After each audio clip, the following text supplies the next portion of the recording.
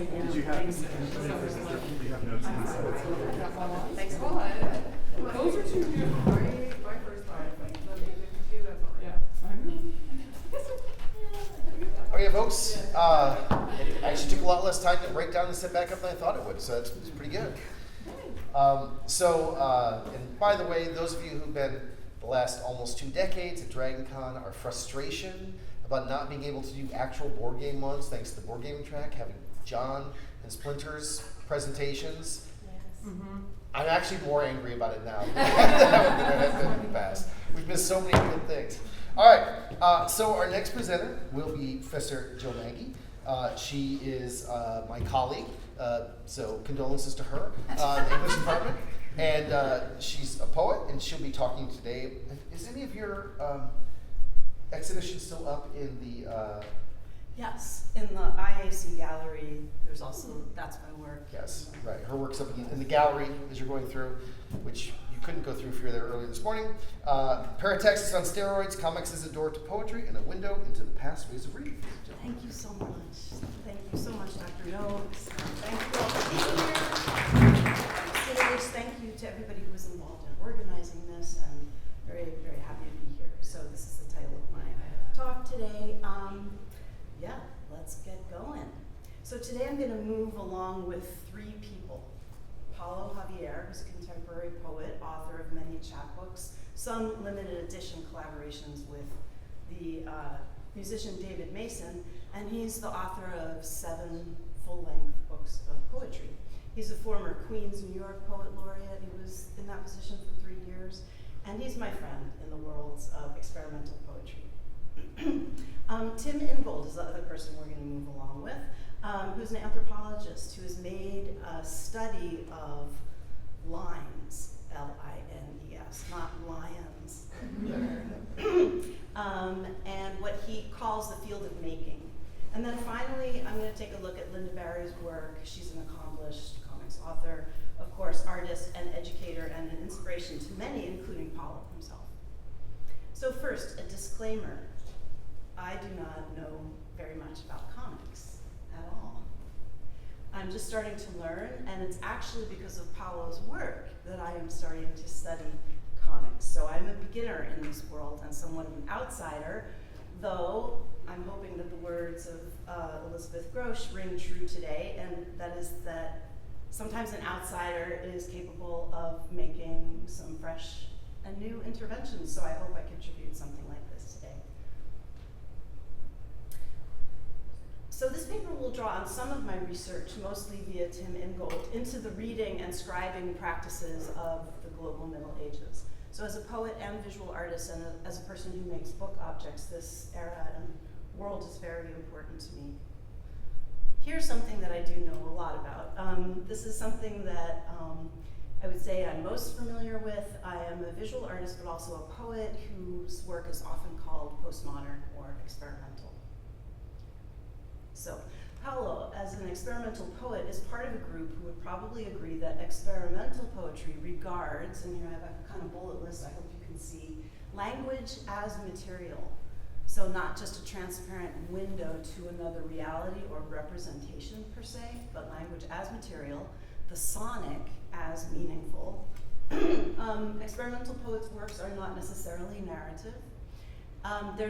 Tends to be a belief in the necessity for the reader and the writer to join together in making meaning. And there's a sense of the word experiment as a verb, that we're always experimenting, pushing toward the new. Paulo also, I will argue, comes to his poetics through the door of comics, having read them growing up and actually never leaving the genre behind. I am thinking via Paulo's work that reading comics, where an all-over page view is the practice, is essentially paratactical. We'll get to that word in a minute, moving between image and text and a segmented page. So here is Paulo's book, OBB, aka The Original Brown Boy, published by Nightboat Books in 2021. It is all comics plus poetry. Here's a page from his 2011 book, The Feeling is Actual. He predicts the project OBB and writes that he sees the project as an homage to comics. Here are some pages from OBB. Paulo collages in his texts. You can see that often, you can even see the scissor marks, like that it's an actual piece of paper that has been scanned and sits upon a page. And he leaves a lot of white space on his pages. I think this kind of forefronts the page as composite, segmented. The text is also segmented and composite. So it's like his writing kind of matches or parallels what we expect the artist, the visual artist, to do. And here's another page from the Aren't You a Mess sequence, which is in here. And note the frames themselves segment the body on the left-hand side, and on the right, the text announces, along with the drawing, the perhaps maddening connections between so many things. This is the work of artist Ernest Conception, enacting this kind of enmeshment that the text announces. I once heard Paulo speak about his desires for poetry and community. He said he thought of himself and us as wanderers. He talked about being dislocated, born in Manila, then migrating to Cairo, then Vancouver, and then finally New York City. And he talked about being paratactic in his poetry and politically. Parataxis, what is it? Not a pair of taxes. No, we don't need that. So parataxis is from the Greek to place side by side. It's a grammatical construction where words, phrases, and sentences are in an additive style. And in this kind of structure, everything is important. The key word to parataxis, I think, is the word with. Things moving along with each other, not over each other. Now, we can compare parataxis to hypotaxis, where clauses are subordinate to the other. Parts of the sentence are unequal, there's a ranking, conjunctions are needed, and it's a causal kind of a sentence or grammatical structure, and also temporal. I read this page from his book, The Feeling is Actual, as a kind of poetics parataxis. It reads like this: writing is writing, everything turns into. You say ocean, pretend, lengthwise pretzel, ouster, weekend, hopeful, rest. And here is a poem from my favorite of Paulo's books, which is called Court of the Dragon. And this was published in 2015. And I really think this is parataxis in the extreme. I want to read the whole thing because I just really want to bring Paulo's voice into the room. 22. Like article of time passage alley under lost city eyes, amanuensis lore, period gain, painter, being I know which spite of self, name English, yours convict. Inside melancholy, marauder, colony, manacle, chorus, willpower pales. I've been thinking about forever. Why animal asphalt oxidize immobile hindrance. Comment on viral, incessant least destiny synapse. No protest today for P, justice, or divinity. Just laundry with 7th gen biodegradable excellency, or seats at the table of underground completion poem. Amy Goodman rarefies second system, facedom, reality, overjoyed to hear, will this mean freedom to ruins? But I hate the West Coast legend, jelly of punitive decoration, underzone, rancid decay, grand martial armor, loom, jealousy, platitude, sovereign, decay, impossible period space, rumination, atone, murder, wise, sobriety, way kiss your hip pelvis, sweet, sweat, relinquish across divine space. That's a lot of parataxis, right? And interesting, this word, I had to look it up, amanuensis, it actually refers to scribing practices. So the person who takes dictation from another performs this. So note that near total absence of punctuation, even the apostrophe in the conjunction I've is not needed. This reminds me of medieval texts where all the words are linked. There are no spaces between.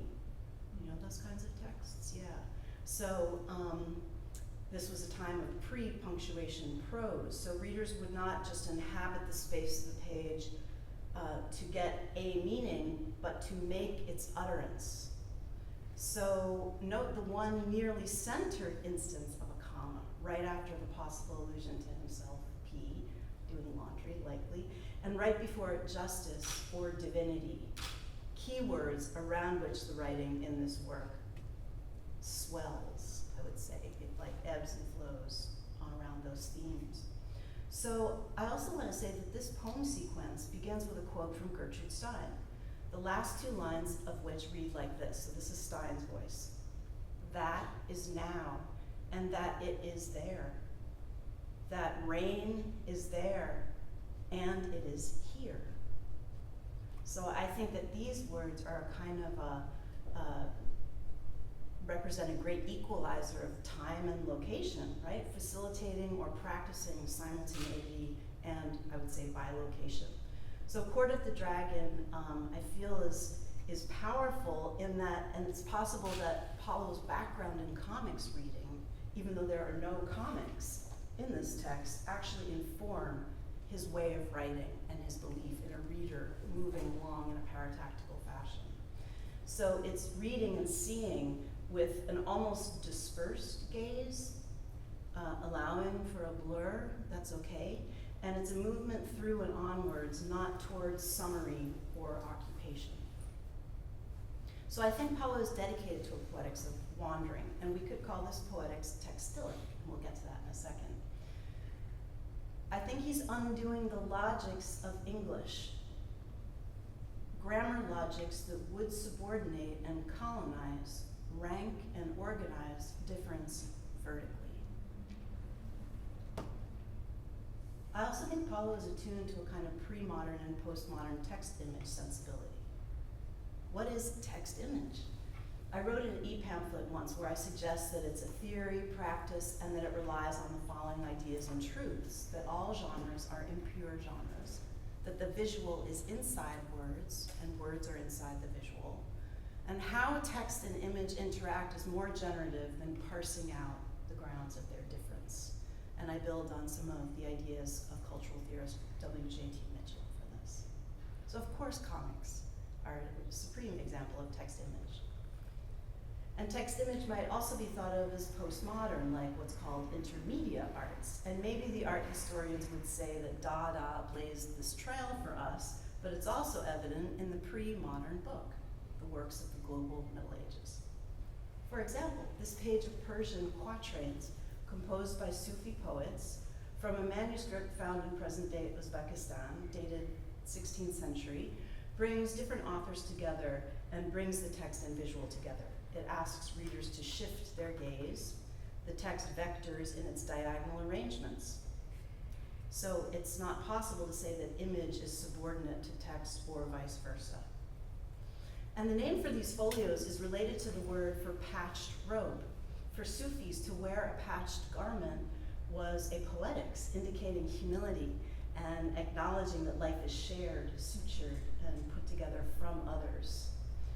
The more pieces in a Sufi patched robe, the more auspicious it was. Back to Paulo's OEB. At the end of the book, Paulo writes an essay on poetry and comics. This is an amazing essay that really is sort of like a syllabus in sentences, and I feel like it's a class that needs teaching. But he tells about going to a conference when the comic Seth posited that there were parallels between the rhythm and pacing of composing poetry and of composing comics, or making comics. Look at how Seth sees poetry as the possible vehicle to break thoughts apart and structure them in a way that defies a system. That's what poetry is, or what it can do. When I think about this quote via Paulo's work, I would say that Paulo makes a new system, one that's paratactical and textilic. So a look at Paulo's work sets up some key words for us today: wandering, text image, textility. Now let's go look at Ingold and Barry as well. For Tim Ingold, pre-modern subjectivity was a wandering one, and reading and writing was an act of wandering and gathering rather than careful decoding and analysis. Ingold posits this kind of wayfaring, threading through life and text was textilic, Instead of thinking of place as like a dot on a map where you either belong or you don't, Ingold describes a world where place was mostly determined by enmeshment, where threads intersect, where people pass through and then move on. And so too with reading and writing before typesetting. In his book Lines, Ingold says that similar to a thread that is embroidered, a running stitch moving through a surface in space, a person knows by going along, not accumulating knowledge up. Ingold compares wayfaring to transport in the following ways. You can kind of see this slide. Transport is like a word attached to modernity. Wayfaring is more of a wandering, lines of enmeshment, characterized also by handwriting and drawing. This is before the typeset page.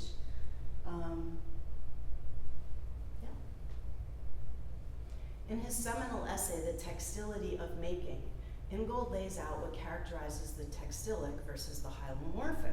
Okay, so we have textility over here, which he calls going along with the grain of material. It's a moment-to-moment kind of way of making, following lines of flow.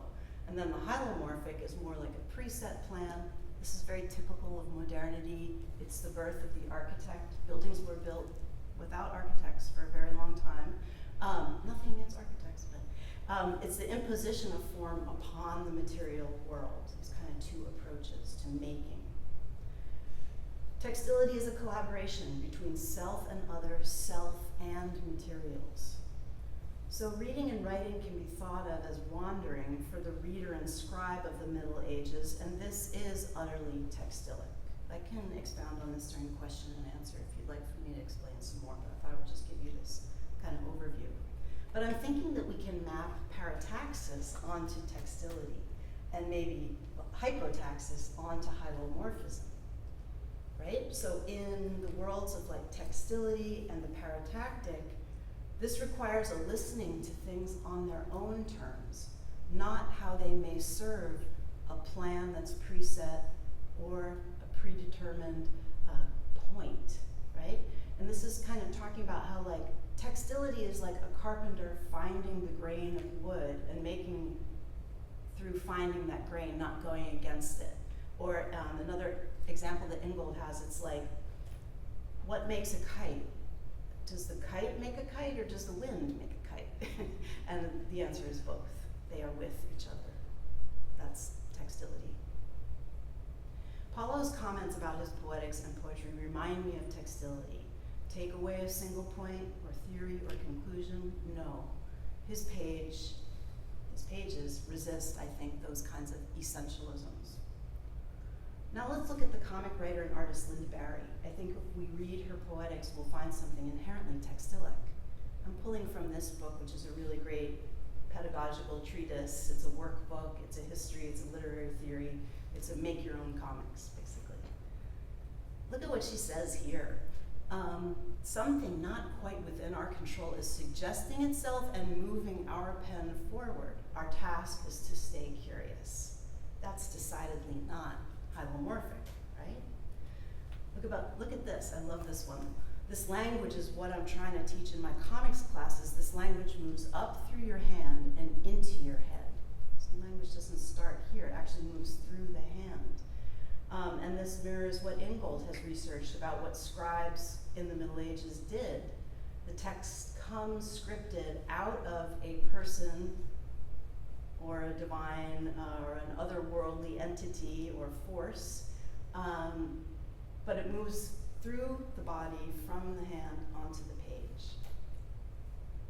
So it's not hard to overlay, I think, Linda Barry's poetics with these ideas. Here, Barry instructs on the use of what she calls the X page, which is a really interesting example of transforming a hyomorphic list into something more, well, paratactic and textilic. I'm reminded here of Michel de Certeau's important meditation on the walker in the city, that the walker is performing a kind of a poem by walking and making a diagonal, defying the urban planner's grid. Right? And so when Linda Barry recommends put an X over your page and then see what happens, I feel like she's kind of inviting this other way of sensing the page on the diagonal. And indeed, this is what happened with me. You'll see this lexicon down the side. These are my kind of ideas at first for this paper. And then I decided to try Linda Barry's X, and then it was magical. Things just seemed to develop from there, and that's also where I got the idea to like make these watercolor slides. So thank you, Linda Barry. Of course, central to a comic's poetics is the segmented page. I like to use this word segment rather than fragment, invoking some traditional Pacific Island theories of the segmented body, puppetry, where a string is joined here. So segmentation isn't about being broken and then made whole again or lamenting the lost whole. Rather, segmentation allows for the animation of bodies and ideas and language through threaded connections. So when I think about a comics reader, they may start at the top of the page, but my sense, and certainly my sense with Paulo's work, is that there's this way that you can kind of move around the page, or you're invited to sometimes. The pattern is often broken. So I think it's an interesting kind of segmented way of reading and making. Let's look at a foremother of experimental poetry, Gertrude Stein, just for a minute, a little derive. Her work is important to Paulo, and I'm about to publish a whole chapter on her work and textility, on her co-laboratory relationship with Alice B. Toklas. Yes, Toklas was her lover, but importantly, Toklas sat and stitched needlepoint while Stein wrote.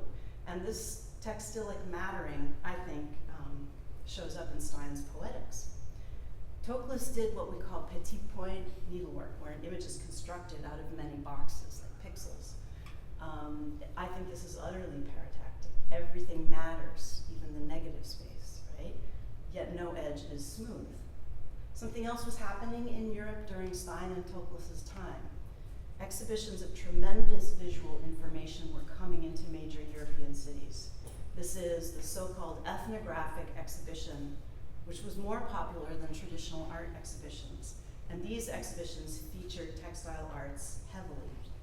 So Stein and Toklas were undoubtedly influenced by the preponderance of these exhibitions.